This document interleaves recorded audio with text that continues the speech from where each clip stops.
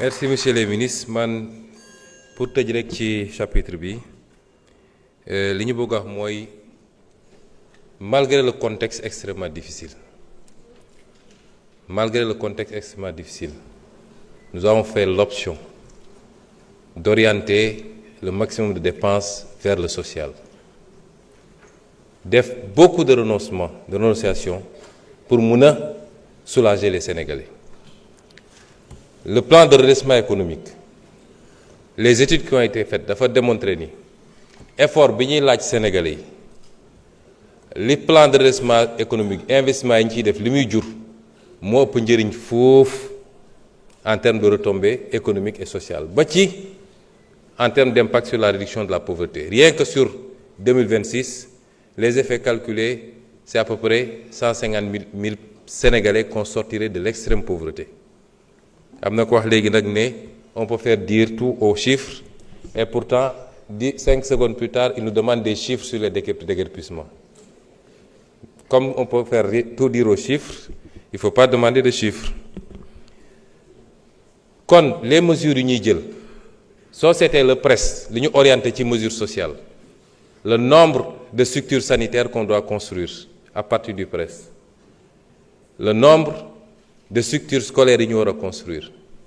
les efforts consentis pour la réduction parce que nee nañ dund gi dafa cher mais ñun bi ñu fi toogee léegi prix ceeb yokkuwul prix diwlin yokkuwul prix suukar yokkuwul te def nañu des baisses bi ñu fi toogee léegi et malgré la conjoncture te dina amaat yeneen baisse incha allah kon loolu li ma bëgg a wax sénégalais yi mooy jafe-jafe am na ci lu ñu donn waaye terewuñu saa su ne suñu première préoccupation bu ñu xëyee mooy naka la ñuy def ba malgré tout ñu gën a yombalal sénégalais mbir yi waaye nag aw askan goo gis tey mu nekk dans l'aisance bëgg naa kenn ku nekk si yéen de temps en temps guddi balaa muy tudd rek na dugg YouTube mu tàppe Chine révolution chinoise wala mu tàppe Singapour wala mu tàppe Malaisie wala fu mu munti tàppe rek mu déglu mu xool le changement structurel des sociétés du lu yomb bi may nekk opposition je disais il faut qu'il y ait une génération avec une masse critique qui accepte de se sacrifier pour ëllëgu réew mi mënul yombee noonu et nous en tant que leader politique parce que dafa am loo xam ne ci leadership politique la bokk mooy nga mën a ànd ak saw askan Churchill bañ ko nommé premier ministre la leen wax digguma leen lu dul ñaq ak deret parce que pleine guerre la woon nga wax loolu sa askan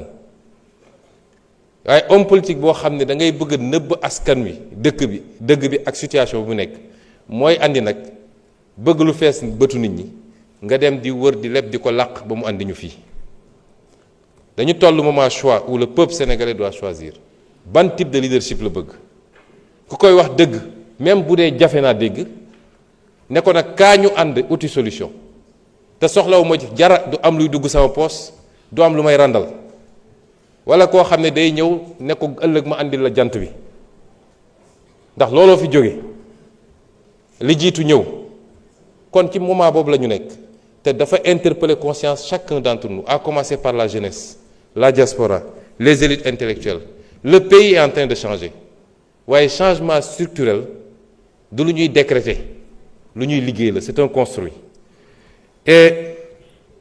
pour lu jëm ci te dafa ànd ak na question bi ñu posé ci année scolaire beeg yeneen yi parce que tamit moi j'ai été syndicaliste munoo ne man sama yoon newul ci lan la état bi mën ak lu mu mënut man sama bopp rek laa gis ñu andi la lu leer naññ ne la lii moo fi xew lii mooy situation te teewul ñu ngi def effort ndax conseil des ministres passé bii rek problème décision yi teg nañ ci acte c'est combien de milliards bu ñu consentir l'État fera tout ce qu'il peut mais autant ñun on fait l'effort d'écouter de comprendre et de faire des ajustements autant on l'attend de tous les partenaires lu ko mooy rek ci bras de fer lañ jëm l'État ne peut pas donner ce qu'il n'a pas c'est pas seulement les enseignants la état di gérer peut-être c'est 80 000 enseignants ou peut-être 20 000 je ne sais pas c'est pas seulement le secteur de la santé mais mbay maa ngi fi càmm gaa ngi fi transport baa ngi fi université ngi tous ces gens-là il faut qu'on fasse face pour les aider dans un contexte boo xam ne nëbb nañu bor ba mu mat li mu mat ñu war a am ambition ramener le déficit d'ici 2027 à 3%. 13% lañ ko fekkoon ñu nekk ci consolidation budgétaire mais loolu nit ñi war nañoo mën a déggu suñuy argument ñu nëbbuñu dara on a fait le pacte de stabilité toog ak syndicalistes yi teg lépp sur la table et ce que je redis chaque fois gis nga richesse balaa nga koy séddale da nga koy créer ba pare père de famille bu bëgg a jënd kër Almadi pour ay doomam bu ko liggéeyul ba yor ko du ko jënd ñun ñëpp ñooy ànd créer la richesse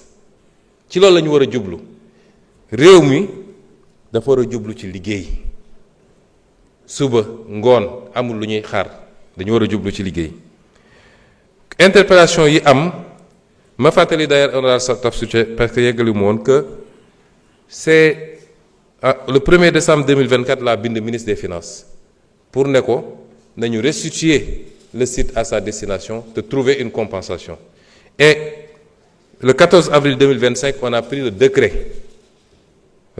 déclarant d'utilité publique la forêt classée de Thiès et prononçant le retrait du bail bi waroon dem vers la construction de cité laaj nga ma nag lu jëm ci 1000 milliards yi opposition bi yëpp dañoo bëgg a focaliser wu sur le débat des 1000 milliards ma fàttali ni boo delloon rek ci rapport Cour des comptes la ñu génne ci ay comptes yoo xam ne comptes yu jaarul yoon la te benn ci compte yooyu muy le cap gouvernement bi ñu tuddee cap gouvernement